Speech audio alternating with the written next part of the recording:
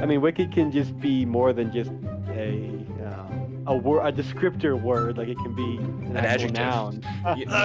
noun. Barding. Ah. These I don't know things. any of these things besides How Bree's do you hockey how do you journey. We got our first hater the other day. shout out to my dad? That made me mad. Now I'm triggered. Oh, and god damn it. What a pro wants. What a pro wants.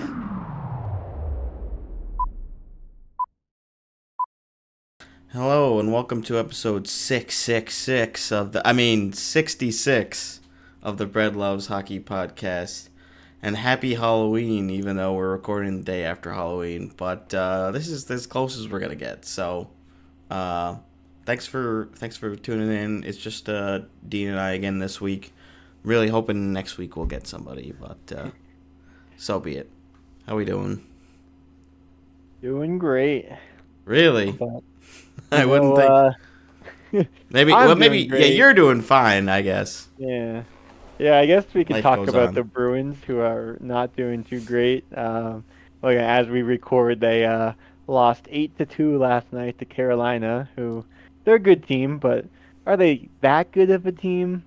You know, Are the Bruins that bad of a team? Is really the question we I should be mean, asking. hopefully not. And I think the biggest discussion, well, there's two kind of discussions. There's the coaching, and then more kind of looking into the off-season acquisitions and trades and all that, like more through a microscope now that we're not winning. Um, I mean, a lot of people, when we made the changes in the offseason, like, well, we definitely got bigger, and that's what Don Sweeney said, and he's like, Yeah. and faster and more skilled, which we're like, did we? Did we? Like, we did get bigger, that's for Jury's still sure. out. And, Yeah, they're and definitely yeah, we're the bigger. biggest team in the league. We're slower too, definitely. Um, And then my biggest concern going into this year was, like, did we replace the scoring on that we lost in our forward group? And it's looking like not quite. Like we Not got really. Lindholm, Elias Lindholm, and he was good to start the year, or at least productive. I don't know. I guess those are two different things. You can be productive on the scoreboard, but not necessarily good. He was productive, but like losing to Brusque was obviously big. I mean, he could be streaky, but he could also score goals.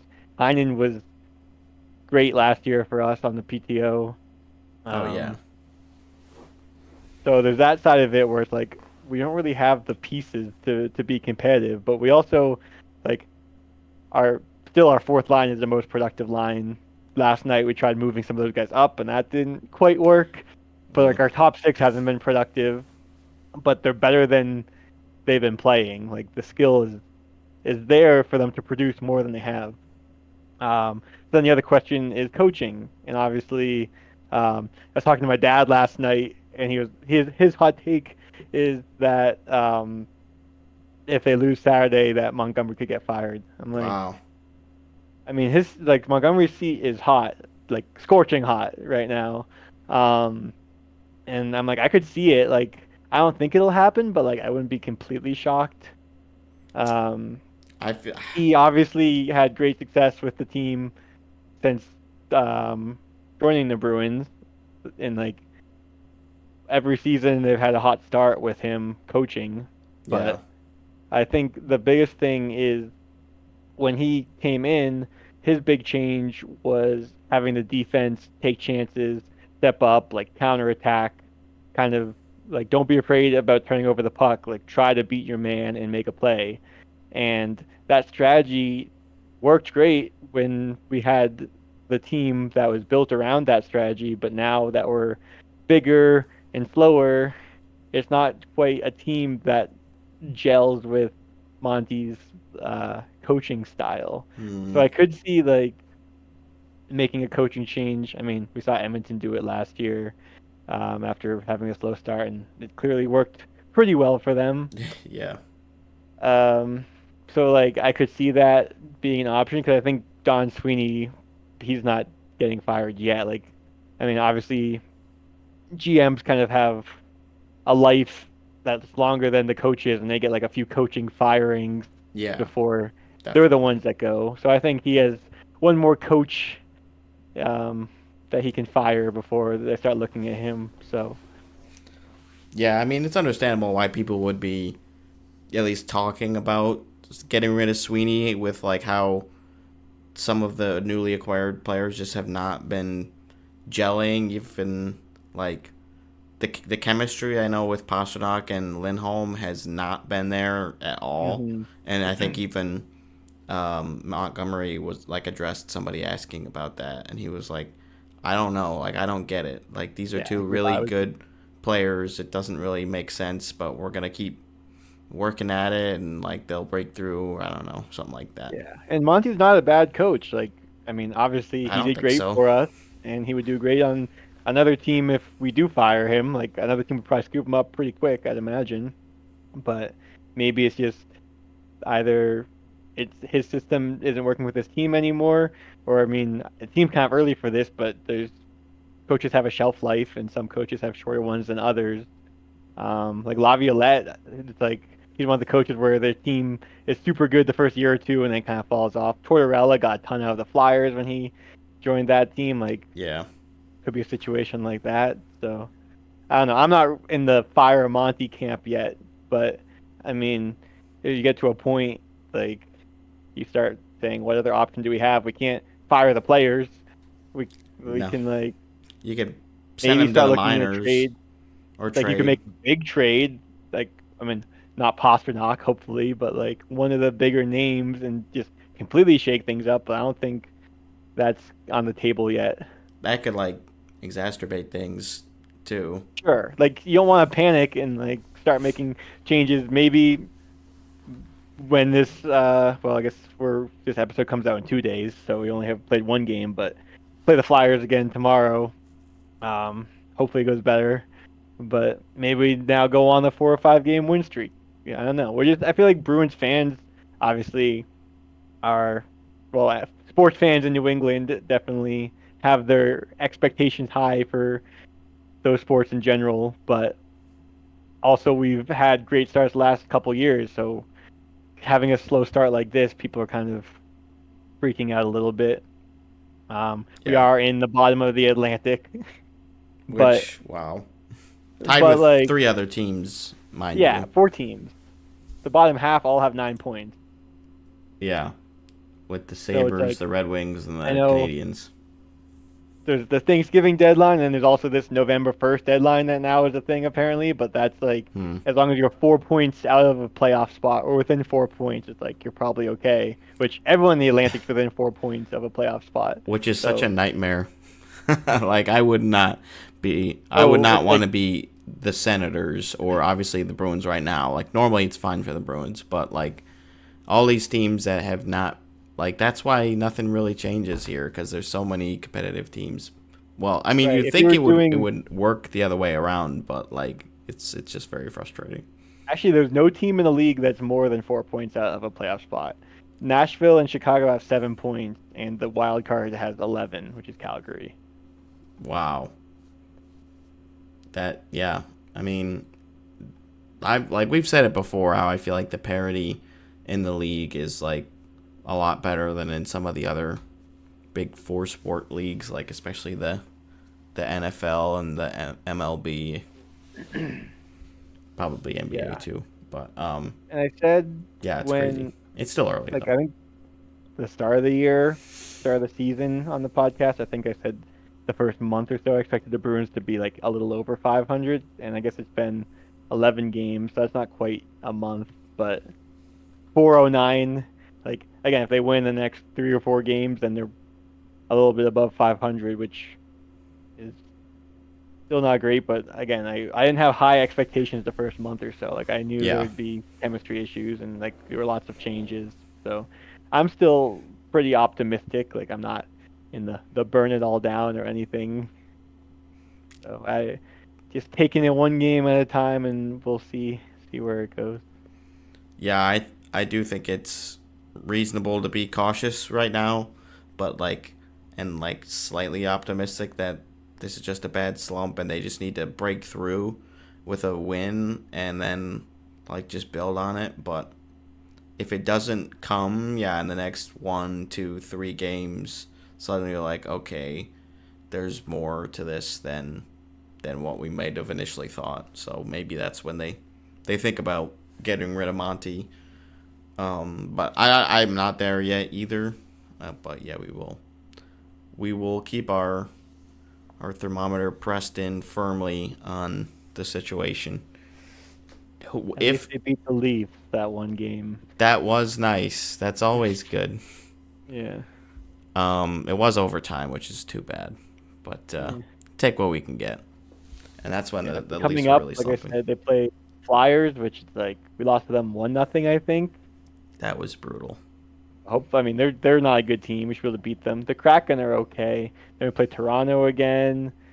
Calgary, who's kind of been slumping after their hot start, and then Ottawa. So it's like a lot of those games. It's like it's not like you're playing world-beating teams. We have Dallas the week after, but like we're not playing these teams that are cup contenders. So Yeah, we have like a pretty easy schedule this month. yeah. So they should have been banking points early to try to coast a little bit, but now they're fighting it. Yep. If Montgomery got fired, like what kind of, I guess, what style of coach would you kind of want to see them bring in? Like what type of play will get the most out of these guys, or at least this group right now? That's a good question. I mean, I know we've talked about it before where it seems like you go from players coach to like the tough coach and then back and forth, and Monty's more of the player coach. Yeah, Um, but it's like I don't think you go for a coach that's trying to make your team goon it up or anything. Like we're not trying to go back to the big bad Bruins of the last decade or two, but I think that's not you gonna work. do get someone maybe like a Claude Julien type, if you will, Oh God.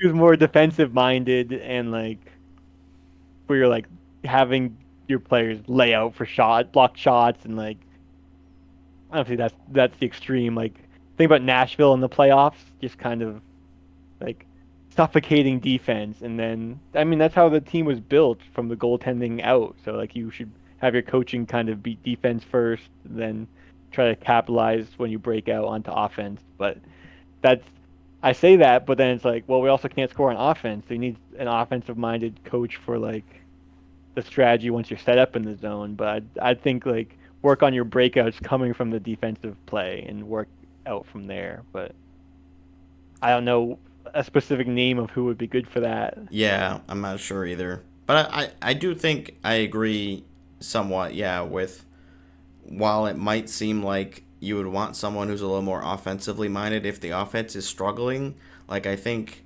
until you kind of figure that out, until some of these guys come back to like full form, it would work to focus on on like suffocating defense, and then you start frustrating the opponent, especially if you like manage to get a lead early.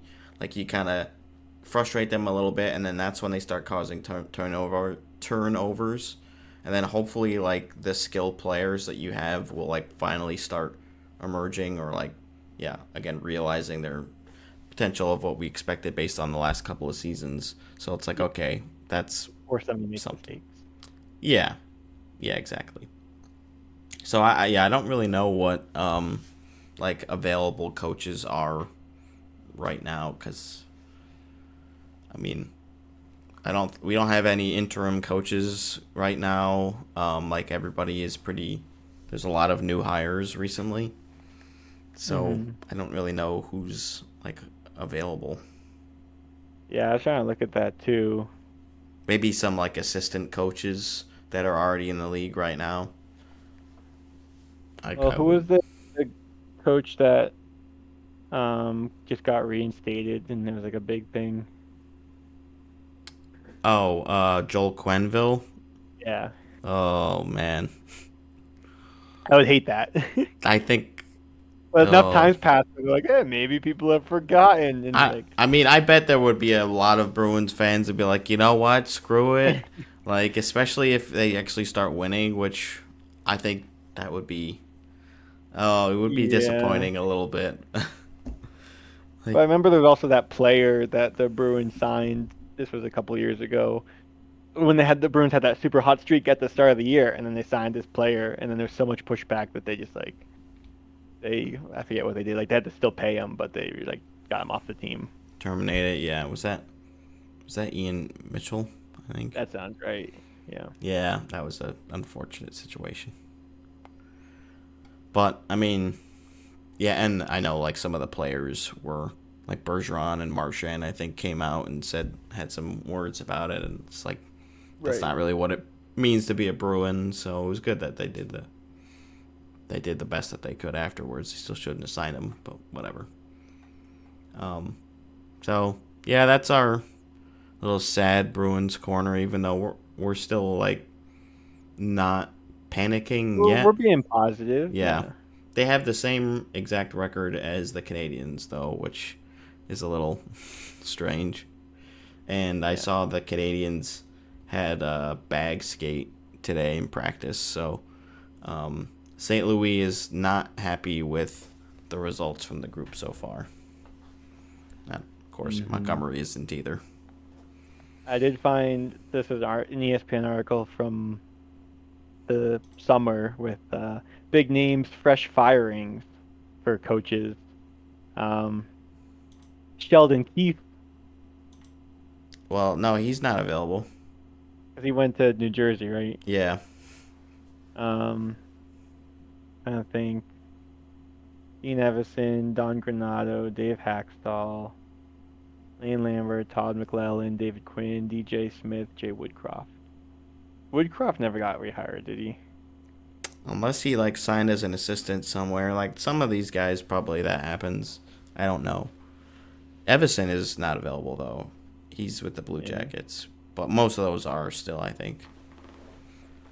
What's Claude Hackstall. Julien up to these days?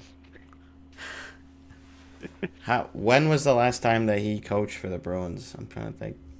It was the late 2010s. Mm-hmm. Um. Oh, yeah. He got fired this 2016-17 season. I think he got fired like the day of or after the Patriots Super Bowl parade because they tried to like keep Oh, it down low in the media. that's funny. And then he was fired by Montreal in the 2020-2021 season. Yeah, so he's been out of the game for a little bit here. I don't even know. I don't know how old he is either. He might be. Well, these guys stick around forever if they can get a job. Right. Yeah, but I don't know. I don't really have any names that come to mind. Hopefully, we don't have to worry about it. Till next week. No. Yeah, yeah. I hope not. Just to kind of recap the rest of the Atlantic. So, I mean, it's pretty much what we expected for the top three: Panthers, Lightning, Leafs, and then the Sens are in a playoff spot right now. I think at fourth. Nope, they're not. Oh no, because The Columbus Rangers and is there. the Blue Jackets have kicked them out, as we all expected. Yeah, exactly. They've only played 9 games, so they're 5-3-1, which honestly that's fantastic. Like I don't think there's many, if any, fans this year that are like, I don't hope the Blue Jackets Rooting like against the Blue Jackets. go Yeah. really well. Yeah, like it's just I just don't understand how you could have any like hatred towards this franchise, especially Right. going into this season. Like yeah. So wishing them the best. It would be really fun if they were able to make the playoffs this year. I don't expect it, unfortunately, but Yeah. it's a fun little start. Something to be excited Yeah. In about. the East, I mean, they're definitely the outlier as well as uh, the Capitals being 7-2. Yeah, same exact record as the Hurricanes, which is like that's crazy. I mean, Yeah. and Sam in our group chat was saying he's not gonna comment on it because he doesn't want to jinx what they obviously this wasn't expected. So Mm-hmm. um, I, they made the playoffs last year. Like pretty much everybody. I don't know if anyone in our group had them making the playoffs again. Maybe somebody. Oh, probably Sam. He did. Sam did. He Yeah. might have been the only one though. So But yeah, I mean, again, we're an eighth of the way into the season, so like, we are. Yeah, again, we are. all this talk about like November and Thanksgiving and all this stuff. It's like, sure, it's a lot of teams are locked into that spot, but there's still a lot of time, and there's always teams that flip. Yeah, like after no, that date. So for sure. Thanksgiving, like a month from now, if the Bruins are still bottom of the Atlantic, I will be a lot more worried. Yeah, I would be too. The Islanders have some worry right now. They're 3-5-2. They are looking just dreadful. They've been shut out 4 out of their 10 games already against, and they were like 1-0 and 2-0 shutouts with like an empty netter, like against Columbus and Philly. So that's terrible. And these are two teams who their goalies last year were both like awful. So they're just not scoring at all, and it's not, nothing's working. It's pretty rough. And Barzell just got injured in last night's game. He returned to Long Island for evaluation on the upper body injury. So that's like your best player too. Yeah. We tried to get Zane on this week to share his thoughts, but he wasn't able to do it this time around. But I don't know how much he really even want to talk about it anyways. He seemed pretty miserable. But again, November today. But yeah. They are playing right now, I believe. They're playing the Sabres. In the West, we had Winnipeg get their first loss of the season. They are now 9-1. Still amazing. They lost to Toronto. You know that Toronto holds the league lead for the longest win streak to start a season. I don't know if I knew that. They went 10-0 many moons ago, in the 93-94 season. Oh, 10-0. So it's I think I knew that's what it was, but kind of cool that Toronto was the team to end Winnipeg's streak. They're like, we're holding on to this. We might not be able to make the second round often, but we're gonna keep this streak alive. there you go. They're actually tied with Buffalo. Also went 10-0 to start the season in 06-07. So. Gosh, it's been so long. Who would have thought? It's like it's unfathomable. They even made the playoffs that year. Yeah, right. Oh man. I was sad that the Jets lost. Yeah, sad that they lost, but they won after that, so they're 9-1-0. And I had the cup too with the Jets, so I wanted them to keep the streak going. But yeah, they are leading the league with 18 points. Florida's in second, 8-3-1. They played 2 more games, but yeah, Winnipeg plus 22. I think we talked last week. Like we expected them to fall off a little bit. I mean, they had the same amount of points last year as the Panthers, and like we're all talking about the Panthers, like they won the cup, like they're gonna be a good team again this year. But we didn't say anything about Winnipeg, even though again they had the same amount of points. But I think a lot of us were just like, well, I mean, Hellebuck's not gonna be that good again, right? Yeah. And just because they haven't had 0 playoff success, like 1 conference finals appearance, like they lost in the first round 2 seasons in a row, and like versus the Panthers have moved on to the Cup finals the last 2 seasons, and had one round before that too. So that like just makes such a big difference on how you view the team going forward. Yeah. Just because like you never know when they're going to break through. Matters more than that, but it really doesn't. It's really just the playoffs. Yeah. No, it is. Yeah.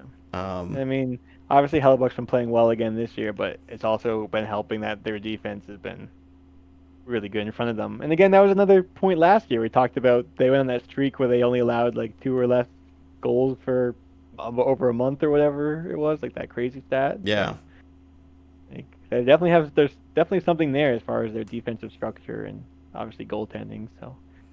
And the new coach. They banked so many points now. I'm like I feel like I'm pretty safe to say like they're a lock already for the playoffs. It would be pretty miserable and like in Jets fashion if they managed to squander this start to the season. I don't think it's going to happen. Start like close to the reverse 1-9 last year and then make the playoffs. So like Winnipeg could do the opposite. Yeah, you could collapse. Yeah. Start breaking down. But yeah. The Bruins will take some of those points. Thank you very much. Yeah, you only play them 2 times a year though. Yeah. You guys didn't play them this year yet already. 4 points. Yeah, everybody can use more points. And then we Yeah. also have Minnesota second in the Central. Little surprising there. And they've only played 9 games too, so yeah, they've had a strong start, which yeah, I didn't expect that either. Um, but it's fun. Fleury seems to be having fun in his final season. He just played his last game in Pittsburgh, and so there was a big celebration, and he did get the win too. Um, Mm-hmm. so that was fun. Obviously not for the Pittsburgh fans, but still, you always want to see Fleury. So I'm sure, even though they were sad that the Penguins lost, they're not going to be good this year. I mean, they have a 370 save or 375 points percentage right now, and they've played 12 games, which is like second most in the league, I think. Oof. So, Did Fleury play that game? he did play the game, yes. That's good. So, yeah, pretty brutal for the Penguins, but fun for the Wild. See if they can keep it up. Yeah, and Stars I make guess sense. Stars make sense. I was gonna say the Kings are kind of the only other bit of a surprise. I mean, I think I had them making the playoff, but Doughty got injured start of the year, and people didn't expect them to have too good of a start. But they're second in the Pacific right now. But I mean, Vegas is in first with a 682 win percentage, so it's not like the Pacific is thriving or anything. Not not really. We don't have any superstar teams right now. And then besides that, Edmonton and Colorado are making their way up from the bottom as we expected would happen eventually. Oilers are third, just out of a wild card spot. They're at a clean 500 points percentage now, 5-5-1, and I'm not worried about them. The Avs are the other team. They've been doing a lot better, but have been dealing with lots and lots of injuries.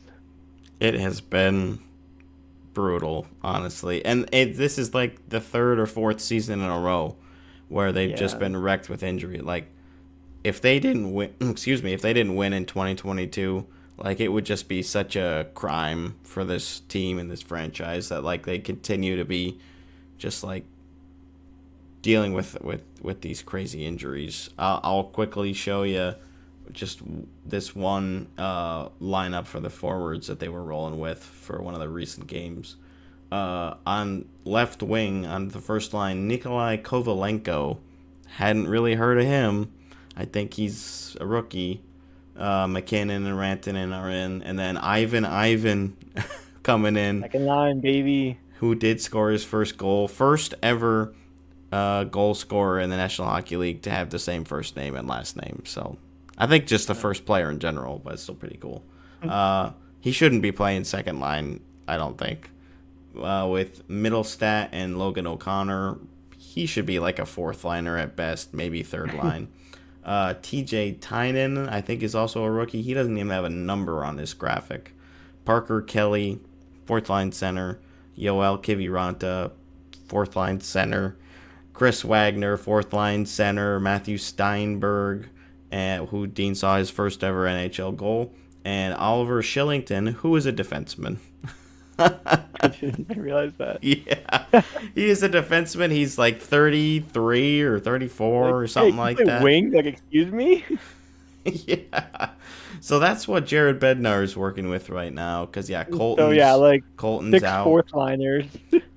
Yeah, it's I think it's 6 of their top 9 guys, like slated guys, are out right now. Which is just, yeah, that's pretty brutal. It's gonna be tough to bounce back from this. I don't remember if any of their goalies are out too. I want to say Georgiev maybe got injured. No, actually, it looks like they're okay. They've got Georgiev and Kakinen right now is what they're kind of rolling with. But yeah, it's been really really tough. Yeah, Colton's out, Drouin's out, Miles Wood is out. I think Richie might be out too. And it is, yeah, it's just not a recipe for success. But they haven't been like cratering. They're just scraping by. We still have McKinnon and McCarr, so that helps. That definitely helps. Yeah. Like those guys give you a chance pretty much any night. And then speaking about injuries, the Oilers are also dealing with McDavid getting hurt. He just had, I don't know if you saw the play. He kind of just got like tripped up and went into the boards, and it was like a play that happens a million times. And he just came up kind of like, it didn't look serious. He was kind of like not putting weight on his ankle. And they sent him back to Edmonton. They were on a road trip, but he's out 2 to 3 weeks. So not bad, but not the time you want your best player out when you're just kind of making your way back up the standings here. Yeah, this will be a big test for the depth of the team for sure.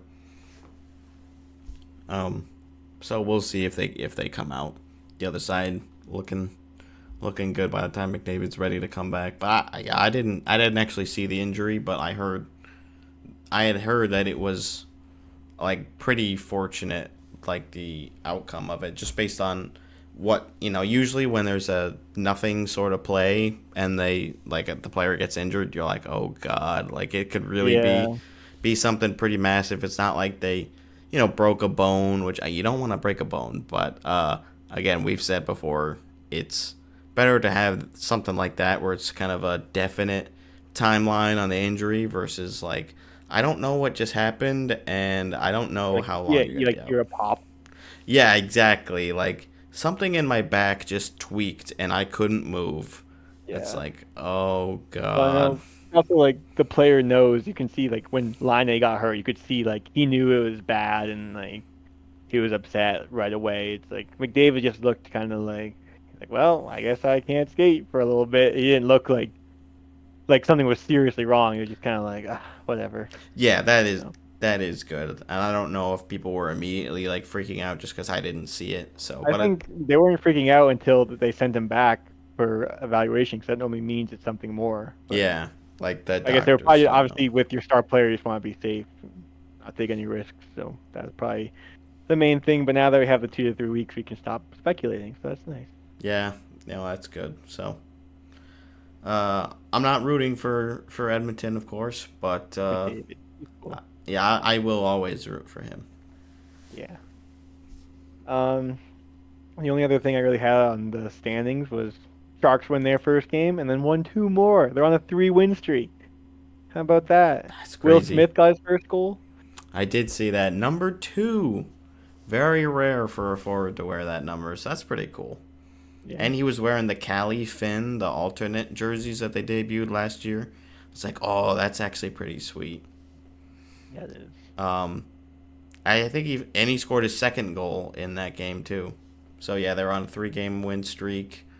And somebody on the hockey jersey subreddit has been like stitching Sharks jerseys while watching the game, and he said the first night he did it is when they won, they broke their losing streak, and then he's done it the last 2 nights, like working on a jersey while the games were going on. I'm like, okay, maybe stop working on jersey. No, I'm not worried, but that is fun. I have definitely found myself like warming up more towards the Sharks just because of how disappointing they've been, even though like Yeah, I'm not supposed to like them, and I don't say that I do like them, but I do have the pool noodle down there, but and the lunchbox.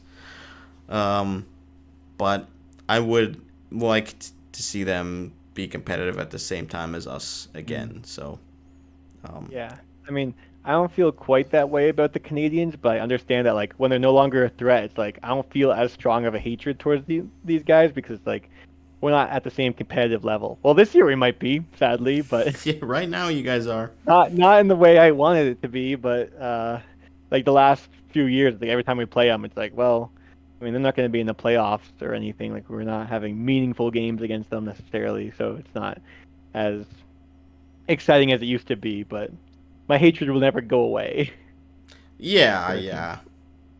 I I would probably say the same. But they have been making good moves. They did just make a trade. We have a couple trades to quickly go over. So they trade for young defenseman Timothy Liljegren from Toronto, and in exchange, Toronto gets a 2025 third round pick originally from Colorado and a 2026 sixth round pick, as well as defenseman Matt Benning, who's 30, and so they dumped that contract, which I think some Sharks fans were happy about.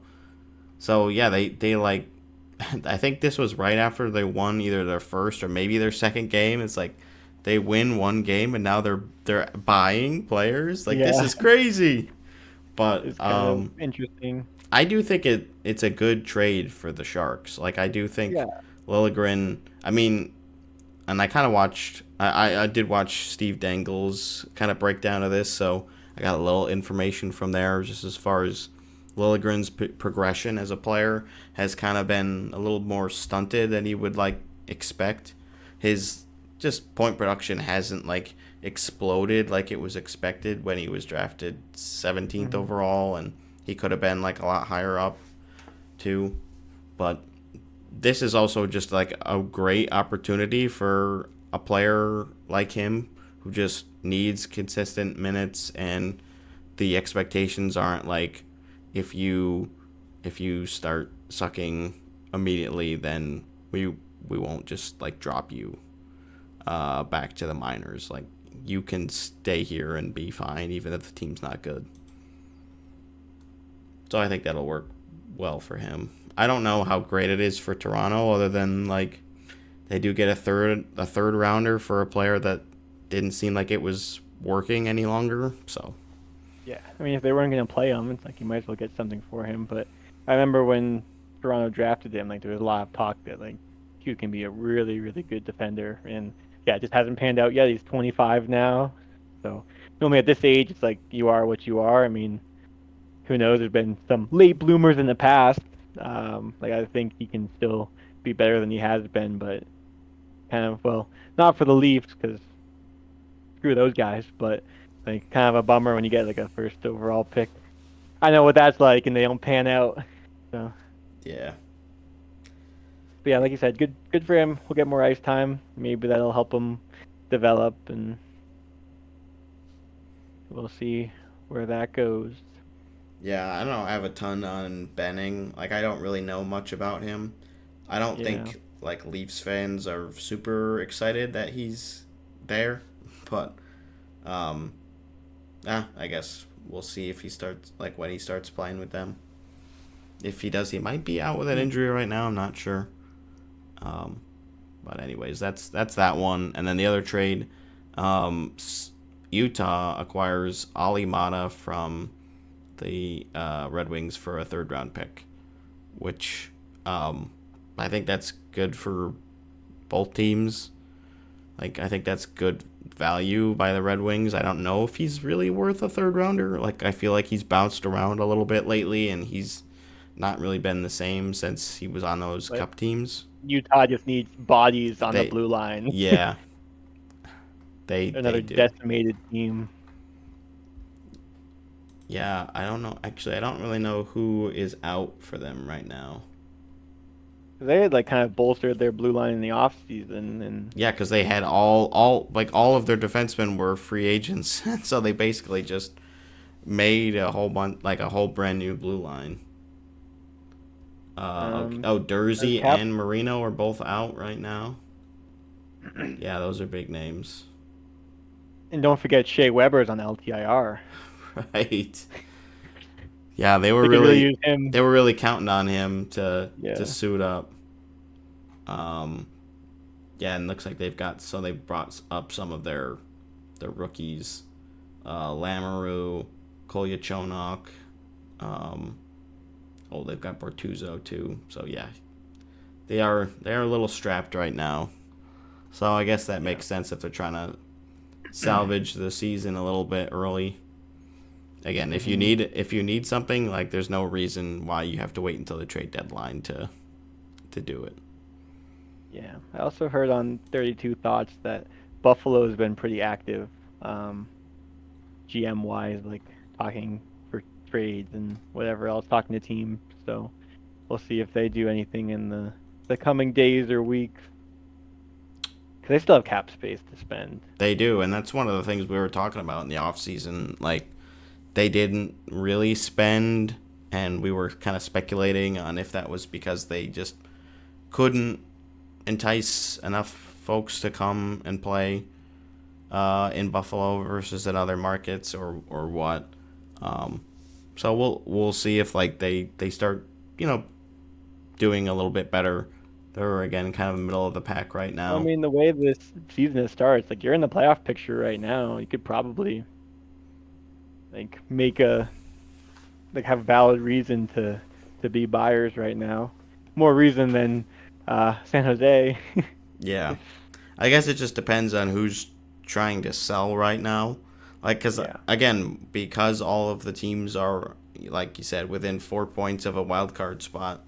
Like, obviously, some of these teams, like the Sharks, like the Blackhawks, pretty unlikely that they will sustain this and be able to actually make a push. But not many teams are like dead in the water right now. Mm-hmm. So it'll have to be again a good value for the selling team. I think like the Maatta deal was, and like I guess Toronto felt that the Liljegren deal was, which again I think it probably will work for both teams, but that's kind of what's going to be needed in order to facilitate something I would expect. But I don't know. We'll see. We'll keep an eye on Buffalo for sure. We always kind of do. Yep. We've got I don't know. We've got like 10 different teams. I feel like that we kind of know people that are fans of at this point. Excuse me. We also had a couple signings this past week. Jake McCabe signed a 5-year deal, 4.51 million per with Toronto. So it'll go. Well, he's 31 now, but I think when the contract kicks in, he'll be 32. So that'll go till he's 37 years of age. Oh, I did not realize that. I thought he was a little bit younger than that. Nope, he is Well, 31. okay. I mean, Right, cap's going up, right? yeah, I'm not going to immediately say this is like a terrible deal. I think he's worked out pretty well for them the past season and going into this year. He's been getting paid $2 million a year.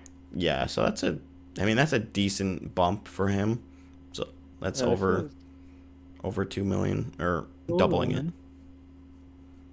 Oh, cap hit. Wait. Oh, because he was traded. His AAV is 4 million, but his cap hit's 2. Was he Okay. Was traded? retain And oh, yeah, I was gonna say someone had to retain. salary retention. So maybe yeah. Signed 4 years with the Blackhawks, Okay. so they must have retained half. Um, so yeah, he's getting paid another 500,000 AAV on his Yeah. upcoming contract. So not as much of a raise, but you get a 5-year deal, which, especially at that age, I can see why that would be very desirable for Jake McCabe. So Well, actually, I it works think out. this. Oh no, actually, so the AAV is 4.7, but he also did the whole deferred money thing that we Oh totally yeah, understand. So his I do cap hit remember is seeing that. 4.49. Yeah, So the 4.491 team saved a little 898. bit because he's deferring 3.5 million in 2 of the years. So however that works, the team saves some money. So that is good for the team that they're able to get a little bit more of that. Yeah. They 23.5 million versus what would be 25 million total, right? If it was the full or no. Well, no, 23.5 is the full. Never mind. Yeah, you're right. Wait, they're saving 200,000 on the cap. Okay. Well, if you can It's get not it, nothing. if you can get Well, it, you can if you're get the it. Maple Leafs and you're playing to the exact dollar amount of the cap, then maybe 200 is a lot for you. Yeah, no, that's absolutely true. Like, yeah, maximizing the LTI pool, all that jazz. So that's good for probably both parties.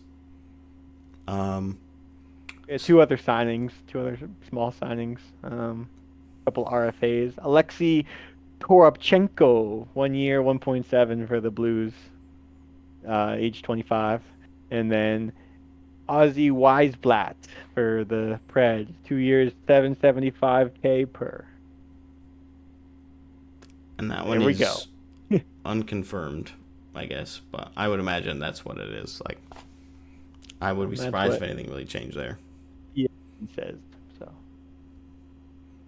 Um, did we talk? Oh, so we must have talked about the Theodore and uh, Lafreniere signings last week. Then I know we talked about Lafreniere. I think we talked about Theodore too.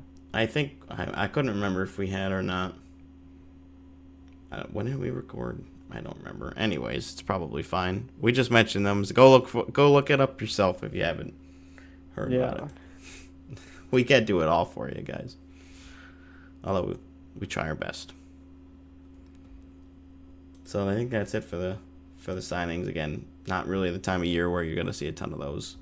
Besides, yeah, these are mostly extensions rather than bringing on new players, but still good. Well, actually, no. It looked like we recorded the 23rd, so that was the day before. So we can talk. Well, yeah. What are your thoughts on Theodore All right, and Lafreniere? I guess we'll do the work for you. Yeah. Yeah, I did think that the Theodore deal was pretty good. Did I think it was really, really good value for the team? No. But I think it will be pretty good. Like, I think his offense has more or less peaked. So I think that's about what you're going to expect out of him. And he's getting, what, 7 point something million per? 4-2. 7.42 million, okay.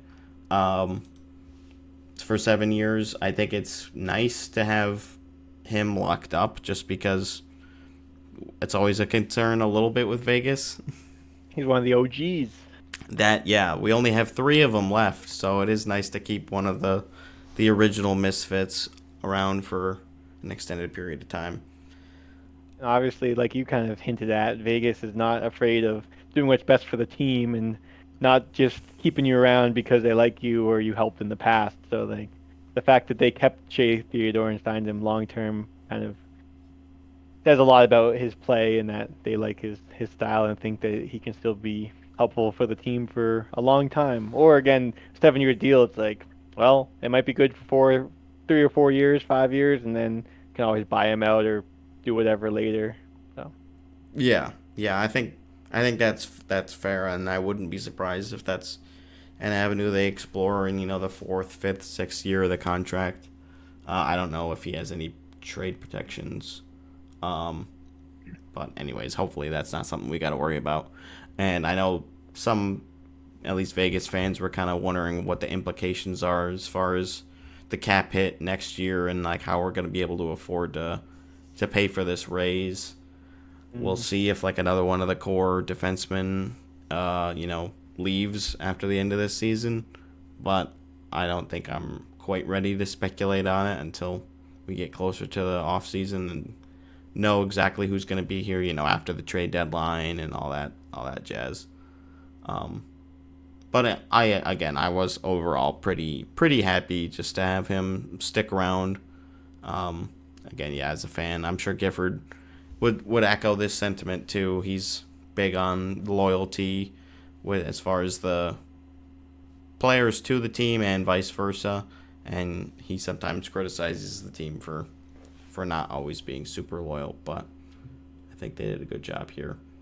And yeah, then so we'll be making an extra 2.2 against the cap going forward. So not a ton, but it's definitely at least a fourth liner. yeah, and we're always pretty tight. This is like actually one of our better years as far as not being right up against the cap because we shedded a lot of players last off season. But yeah, I don't think it's terrible. And then the other deal being the Alexis Lafreniere extension, so 7 years, 7.45 million per for him. Very similar to the Shea Theodore deal, off by 25,000 per. But I think we were all kind of saying that this is gonna look pretty good for the Rangers. Yeah, I mean, I know some people are like he's a bust and he had his down years, but I mean, this last season I thought he played really well, and I think he's only going to get better still. He's still only 23, so I think that's a great deal to lock him up. Yeah, I just would be really surprised if the Rangers were giving him a lot of, top line minutes and he just wasn't able to succeed at this point. Like, I feel like his trajectory has continued to go up every year as far as his point totals and just how he is as a player. So I don't really know if we've even seen what his ceiling is yet. And I think he's still only on the second power play unit, so if he moves up to the first at some point, like that'll help his point total for sure. Yeah. Um. So I like this for the Rangers. There's maybe a little bit of a risk. There kind of always is with 7-year, 8-year deals, but this should work out well. We've been just kind of saying that there's it's a little bit hard to sign a really bad contract right now, but that's just with our expectations of the cap going up, even though we don't know how these deals are actually going to shake out, how a team is going to structure themselves in the next couple of years, and then suddenly a bad contract is just magnified a lot more by how the team's performing. So that's always how it's gonna go. But as somebody who isn't a Rangers fan, I think this will work out pretty well. Hmm. Agreed. Done deal. They're winning one Time nothing for all right now. the miscellaneous Yeah, news we do points. have a lot of unconnected stuff, I guess. Yeah. We do have a couple PWHL notes here for you. One being, um, it's looking like expansion is coming for the next season. So this season right here will start, I believe, November 30th, and then it looks like two more teams for 25-26 is kind of what we're looking at right now. We haven't gotten a definite on what markets that would be, but um, I think there aren't a ton of candidates. I would expect four Well, or five. they've played neutral site games in Detroit and Pittsburgh last year, and then they have plans this year for Quebec City. Mm-hmm. So I know Quebec City could obviously be one. I mean, there's obviously talks every time there's expansion or relocation talks in the NHL. It's like Quebec City, Quebec City.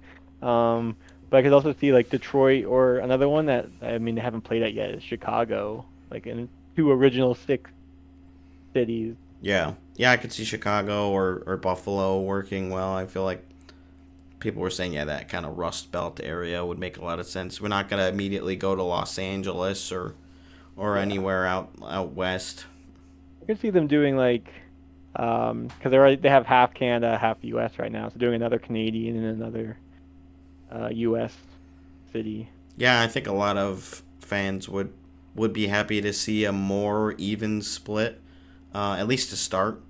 Like eventually, it'll get tougher to do that because there's just a lot more major U.S. city markets versus Canada. Like it starts to get pretty thin as far as the fan the fan sizes that can be just because of how big the cities are. And yeah, the vice president of business operations for the PWHL, Amy Shear, said they have a couple different criterion for what they're looking at: market size and media reach, available facilities and infrastructure that makes sense, local economic opportunity and corporate sponsorship leads, and community fan base and youth hockey presence. So yeah, corporate sponsorships definitely big, especially with a team or a league, excuse me, that's this young. They also said they're not planning on deviating from their one owner model right now. So they're not looking for new ownership groups to come in. They're just looking for markets that they can expand into and arenas, basically. Which I think it could work. We'll see how long that lasts. It seems fine for now. I don't think it'll work forever.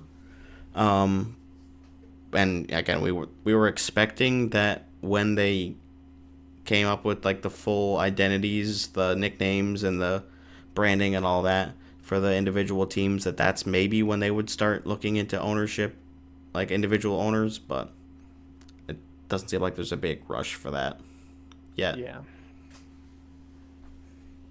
I'd say Buffalo would be another option too. That would be good. Yeah, I said They're Buffalo. close to Toronto. Again, you want to keep things close, and then that could be your New York team. But then you have two New York teams. So I don't know. Yeah, but they're not even are they playing in New York right now? I think they're playing in Connecticut still. Oh no, they're Yeah, I playing think in New Jersey this year. They're playing in Prudential Center. So still, New Jersey, not really New York, you know. Mm-hmm. Um, I don't know if I could put myself through another Buffalo team though. They haven't disappointed me yet. Yeah. So there's that. In other PWHL news, this one is not as exciting, unfortunately. Toronto goalie Erica Howe is dealing with breast cancer, so that's too bad. She shared her diagnosis, and so it's I think. Oh no, it isn't Breast Cancer Awareness Month, but I think hockey fights cancer in the NHL is kind of going on right now. So yeah, she kind of just wanted to share her story, and we're hoping for the best for her, of course. Also, apparently she was a Clarkson Golden Knight. Did you know that?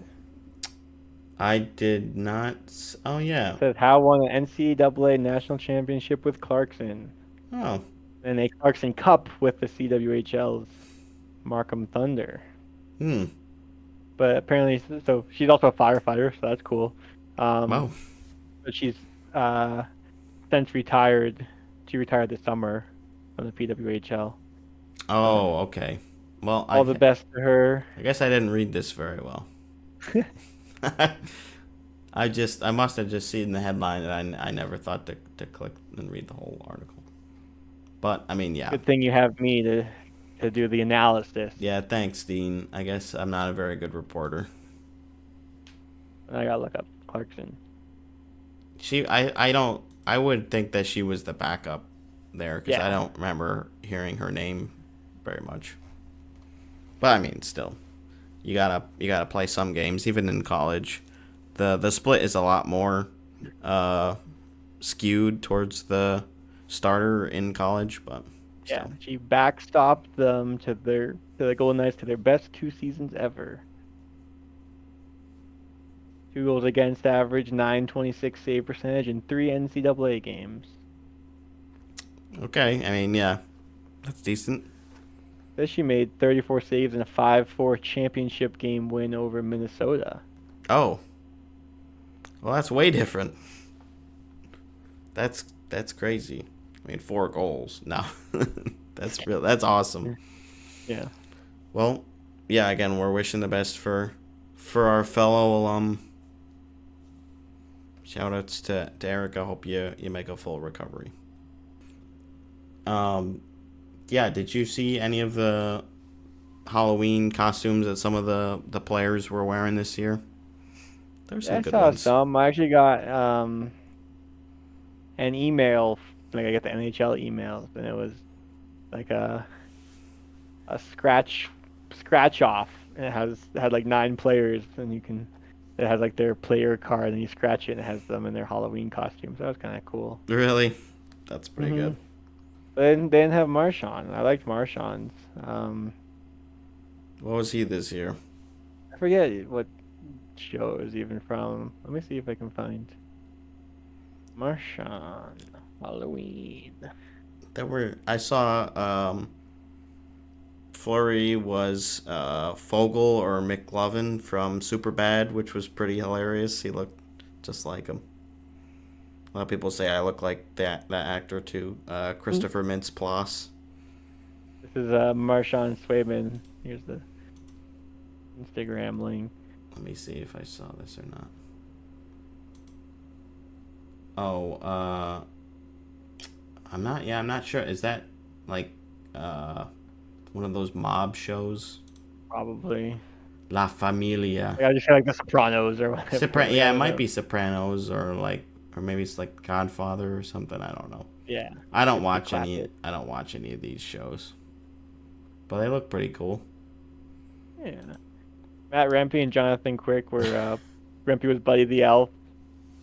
That was so good, and Jonathan Quick was Buddy's adopted father, played Yeah, by Bob Newhart in the Elf movie. That was pretty funny, and then Jonathan Quick's son was dressed up as Rempe and took a picture with him, which I thought was pretty funny.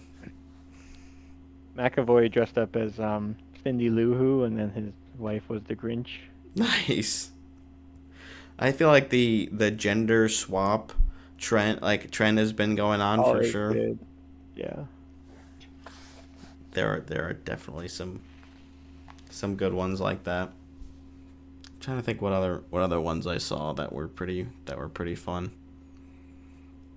I don't remember many of the Vegas ones. I don't know. There were some good ones though. Oh, I think There's an Instagram post. It's, I don't know who Charlie Coyle's supposed to be, but the comment said, "Is Coyle the Unabomber?" oh god. I hope not. I hope that he didn't choose that. I wish they had like who they're supposed to be. Yeah, that would be nice. Like,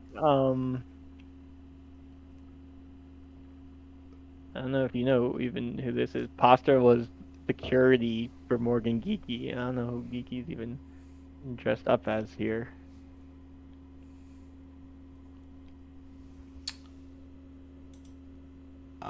Oh, is that?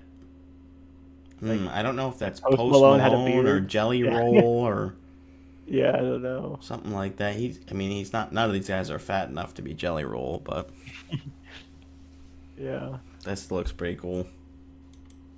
Did you see Ovi's? No, I don't think I did actually. I mean, you keep putting pictures in Yeah, here. just keep loading them up. Oh, a little Cobra Kai action. Is that what that is? Either Oh, Cobra and then I Kai guess or she showed you Karate Kid or something like that. Charlie Coils. That's cool. That's I don't know what that is. I think I just need some more information. Yeah. Victor Olofsson one has Mario and his wife was Peach, and then their baby was Toad. Oh, that's nice. I don't know why I'm just like pasting these and then deleting them because you're gonna need all these for. I am gonna need these. Oh, here's the link. Oh, that one's pretty cute. Yeah. Sorry, Hey, audio listeners. you're the one that put the costumes on here. I thought you'd have more, but I'm the one with Yeah, I guess I all didn't the have as many photos. loaded as I thought. I did see that some of the Canucks went as the Scooby Doo gang. Oh, I did see Besser that. Yeah. was Freddy, and um, Quinn Hughes was Scooby. I'm pretty sure. Yeah. I think Pedersen was Shaggy. One of the guys was Daphne too. I can't remember. But that, or maybe not. But there were some good ones. I always think those are kind of fun. And did you see these hybrid logos that this guy made? Eric Um. Poole. I mean, I'm just looking at them now. But I they're think pretty the cool. Senators one is pretty cool. A little vampire crossed with the Sens logo. He I just think kind of my did some favorite, spooky matchups. the Oilers. The Oilers one is pretty creative. Flipping the oil drip upside down and turn it into the it balloon. Very creepy, but pretty cool. Yeah, and then the like part under the Oilers is like becomes like the storm grate The or great. whatever. Yeah, I think that's awesome. it is very clever. I would not. I just I'm not that creative. Not that type of guy. I don't really know Um, what the Nashville one is supposed to be. Like, what is that thing? It's creepy. I thought it was like a Cthulhu or something, but I don't Yeah, know. that's what I was thinking. I was like, what's that name? What's the word of that for that? Yeah. Pretty cool either way. But yeah, I Yeah. like stuff like that, blending logos, and I've Hmm. always been a fan. And then speaking of logos, the Oilers revealed a new logo for Day of the Dead, which is so cool. That was Um, really cool. but I don't know because isn't like warm up jerseys aren't a thing anymore because one of those like we can't have nice things that the league's like nope, no one gets these anymore. So Yeah, they're just gonna have these, I guess, for sale but not wear them. yeah, they can't wear them on ice, but they can buy merchandise featuring this logo. So I don't know if that means that the jerseys are available for sale. I imagine that they would be, that they'd auction them off or You gonna something. try and get one? I know. That- Too much money probably. that's way too much I would get money. like well, I like the Oilers colors. If there's like a baseball cap with this logo on it, that'd be pretty sweet. Mm, yeah, that would be cool. I also like have never been big on getting practice jerseys or specialty Mm. ones. Like I don't Oh, have did you any of see those. on r/hockey jersey someone posted about like what's your white whale for hockey jerseys? Mm, You see one of the comments was like the one of the Penguins practice jerseys. I'm like those look cool. Like the black ones. I'll have to find this I now. don't know if I know what you're talking about. I mean, like I know what a practice jersey is, but is it like from a long time ago?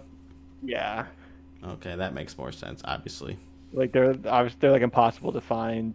Um, I guess the white ones were easier to find or something, but everyone wants the black ones because they're Maybe way cooler. maybe the black ones were only used like a couple times, Yeah, or let's they're just like a see. lot more popular. I should have saved this. I didn't know we were gonna talk about this. I I Um, didn't know either. This is the first time hearing of these. but I hate searching on Reddit. I bet I can Google and find this faster. I don't think I put a response for what my white whale would be on that post, but I bet there's. I mean, there's some Google's jerseys that way I still better. I want. found it immediately. Oh, there we I was go. gonna find the guy that put this. Yeah, here we go. I Dean's think these are coming really through. cool. Maybe. Look at the numbers on the back. Look at those Oh, helmets. Look at that okay. logo. Those are pretty. Yeah, they're pretty cool. They're different.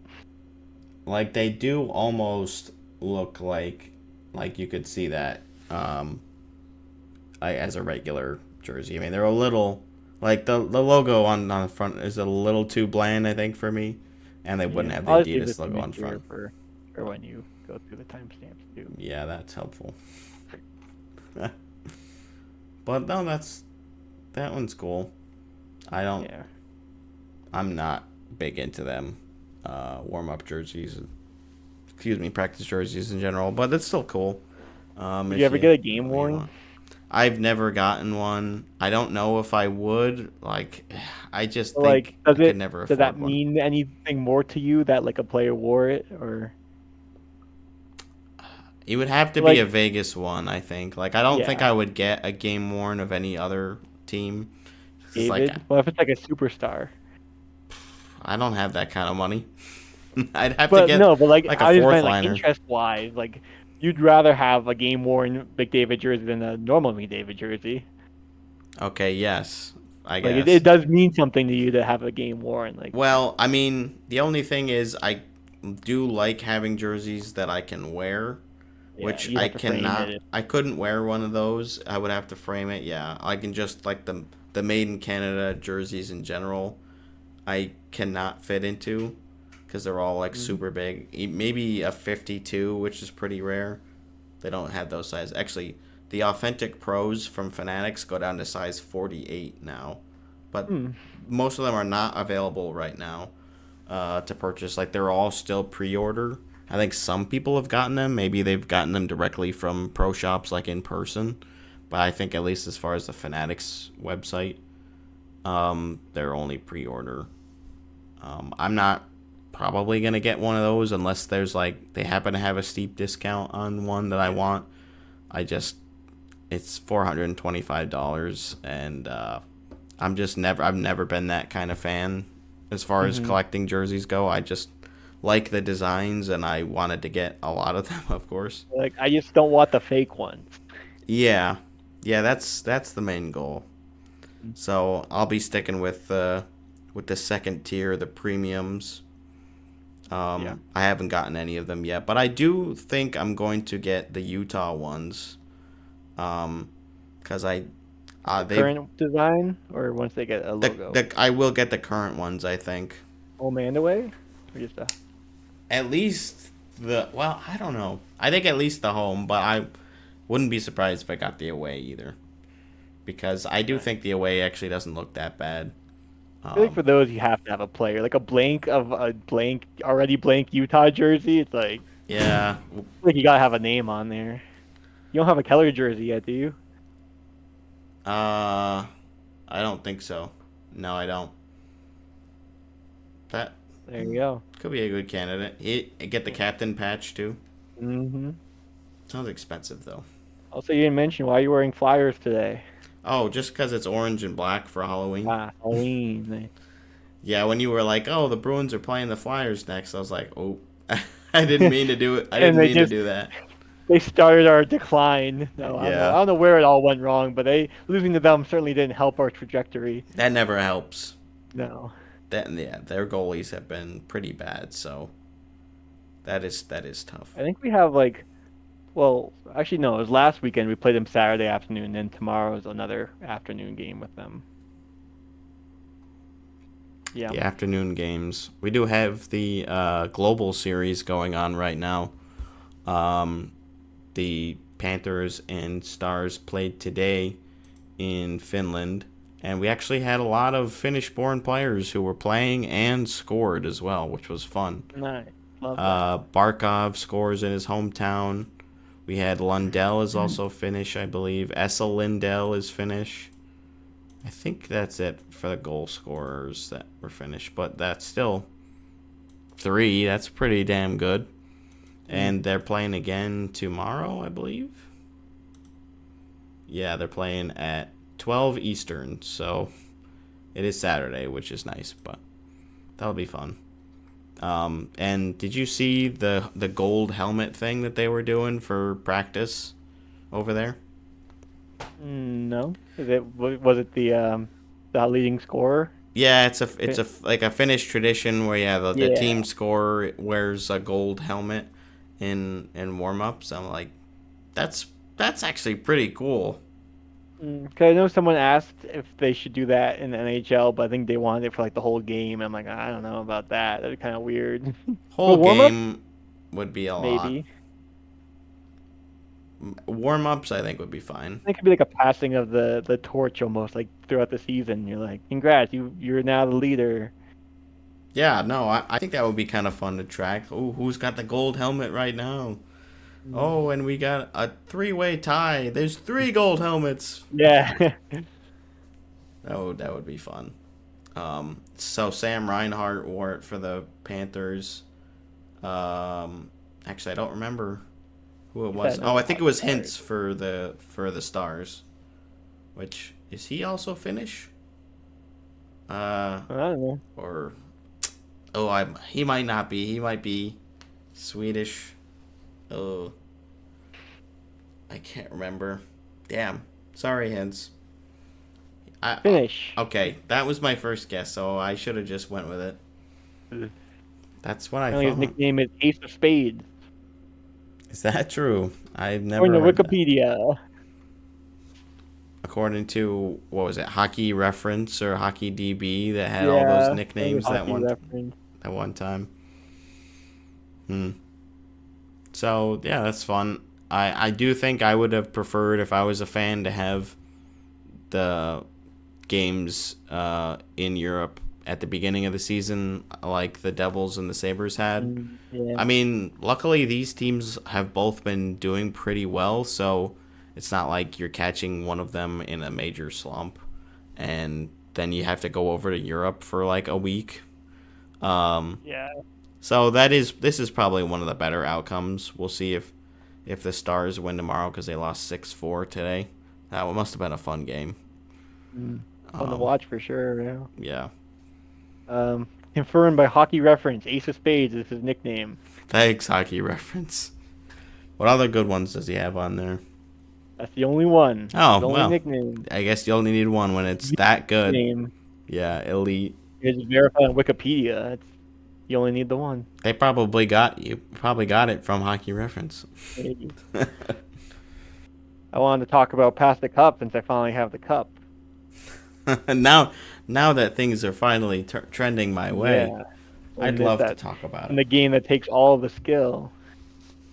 Right. Yeah, Toronto got the cup, so now I kind of have to root for them. But for once, my top two picked teams are the ones contributing. So. Yeah, I mean, I guess I can root for Toronto. They're playing the Blues, who I also hate tomorrow. So. Yeah, I guess that's good. But I do think you hate the Leafs more. Oh yeah, Gifford, the only team without any points yet, but he's winning the hat trick challenge, so yeah, he'll be all right. He's doing fine. I also decided the other day that when we do our hockey trip in March, I'm obviously going to be rooting for Detroit while we're there, but I will be rooting for Ottawa against Toronto. Nice. I'll have you bring me a Detroit jersey and Owen bring me an Ottawa jersey. All right. I'll get to root for a home team and an away team. That's fun. Yeah. I think it'll be a united front then for everybody in the Leafs game. Because I wouldn't think that... I think Sandroni would root for the Sens over the Leafs. Yeah, I would root for the Leafs anyway. I think Gifford would too, so... It'll be divided in Detroit, though. Oh, yeah, I will. Well, Owen's not going to root for Detroit. I might be the only one. Well, and all the fans. Yeah, right, yeah. Because that's Detroit versus Vegas. Yeah. So, Gifford and I will definitely be rooting for Vegas. Owen will be rooting for Vegas, yeah. He doesn't really like Vegas that much, but I think... He hates Detroit. He hates Detroit, for sure. We'll have to see where Sandroni lies, but... I feel like because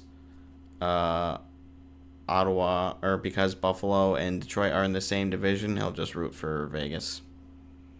Especially if it's getting close to where the Sabres need every point that they can get to stay in it. So yeah, I'm definitely looking forward to those games. I'm excited to make a vlog for that trip too. I think that will be really fun. I hope we get everybody to participate so we can get different. And that'll probably be some good content views. too. I got 3 to 5 minutes worth from one hockey game. And we're going to 3. 30-minute trip. Involved. Yeah. We should be able to get a whole driving, whatever else. Yeah, we should be able to get a whole video out of it, I would think. Yeah, maybe we'll have that separate. We'll see. We'll do a trailer thing like we did with the compilation kind of deal. It won't be as long as that, though. I promise it won't be half an hour long. Editing, because we don't need to find the content. We'll all just have all the videos to parse through. So. Also true. You'll have to wait till March for that. Yep. Teaser. It's 6 months out. Or not 6, but 5. But yeah, so that's past the cup. Dean is in second right now, and Owen and I are tied for first. Could get there over the weekend. We'll see how Toronto does. I guess I'm rooting for... Well, I don't know who they play, the two teams next, because I was kind of wondering, will I root for Toronto if they play a team that I have on my team next, or if St. Louis will. I don't know. Either way, I just want it back. I always want it back. And then for a hat trick update, so Gifford, leading with 6. Zach and I are actually tied for second with 4. Dean is third at 3, and Owen has 1 for a hat trick first percentage. One. Yay, Owen! 3.7%. Yeah, congrats, Owen. I can't say much because I was really struggling, but then I'm having a terrible start. I'm able to do okay. Yeah, I have the most rough nights, as in I've only gotten one of the questions correct the most times, and I have no reverse hat tricks either, which is kind of fun. Interesting, yeah. Versus Owen has 5, so yeah, that is tough. But again, we're still pretty early. I do think Gifford is again pretty poised to make another strong run this year. But I would love to come out on top. I just don't know if I'm lucky enough and smart enough to do it. Well, just like the Bruins, there's plenty of season left to turn things around. That's the spirit. Yeah. I'll say same thing for Vegas. I would just like one away win because they literally have won all of their games at home and have lost all of their road games. So if we could just go ahead and get one road win to break that would be great. I don't know the next time we play on the road though, because we play Utah at home tomorrow. And then maybe after that we go back on the road. We just played LA. That one was no good. But yeah, at least we're winning at home. Let's see, I got the schedule here. Okay, so then we don't play again until Wednesday when we go to Edmonton and then Seattle for a 2-game road trip. So that would be great. Get a Pacific Division win on the road, and if we do that in Seattle too, that would be super good. But just get one, please. One step at a time. It's no fun.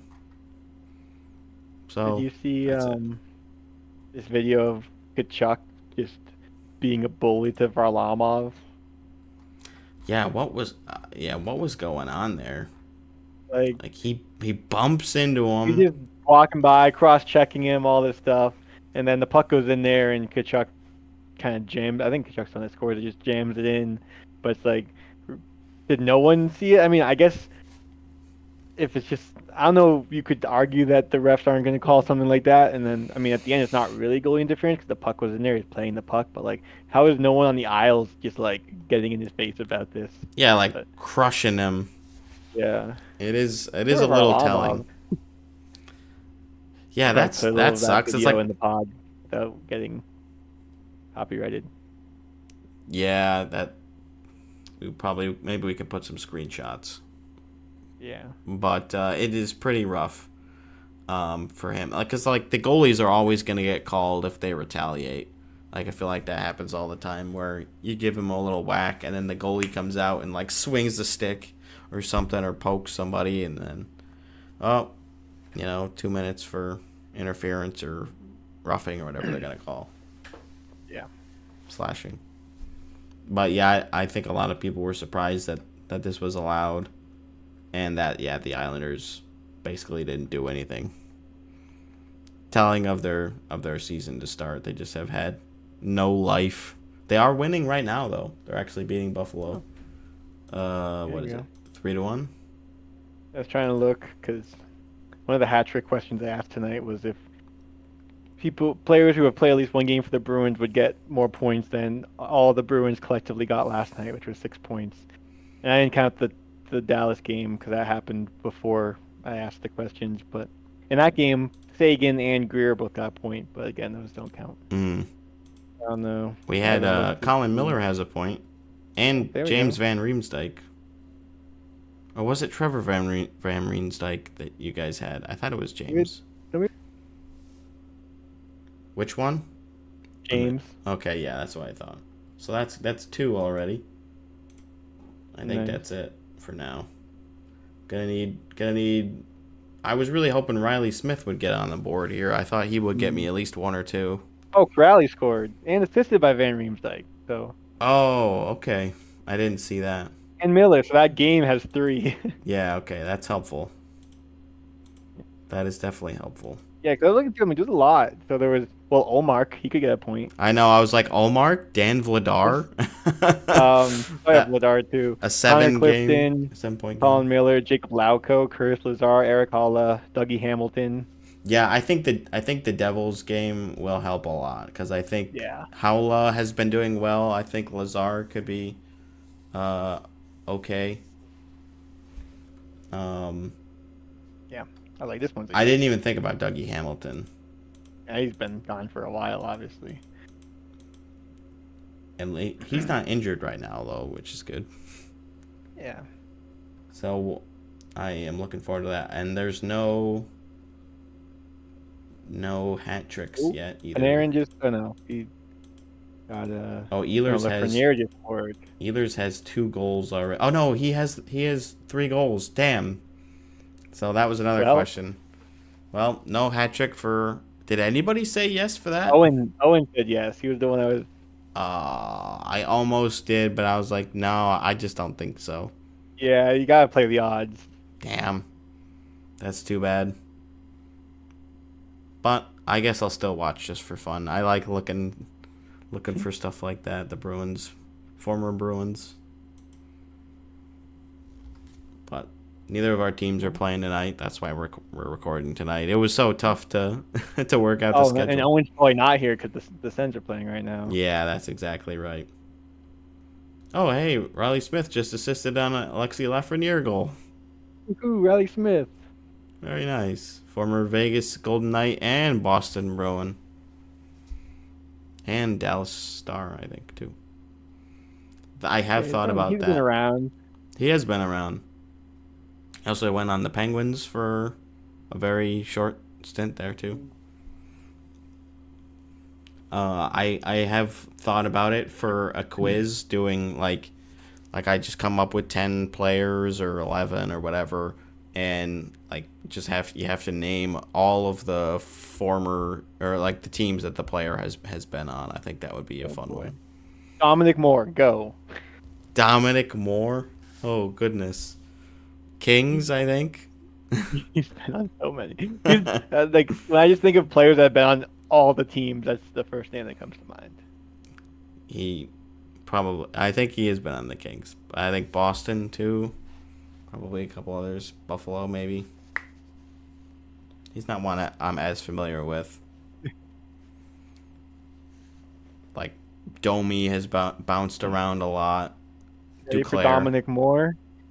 Rangers, Penguins, Wild, Leafs, Sabres, Panthers, Canadians, Lightning, Sharks, Rangers again, Bruins, Leafs again. Okay, so he wasn't on the Kings. That's the one that I Nope, said. but all the other teams. All the other ones I said. Wow, that is a lot.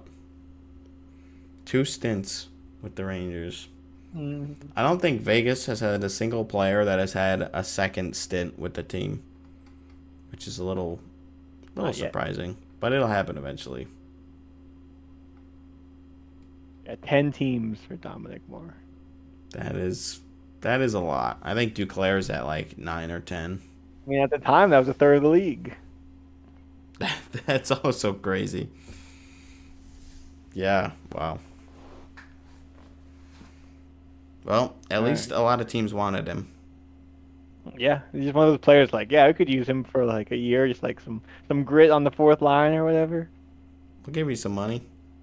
Yeah. You got anything else? No, I'm good. All right. Thanks. Thanks. Happy Halloween. Happy See you guys. November Thanks for 1st. tuning in. See you next week.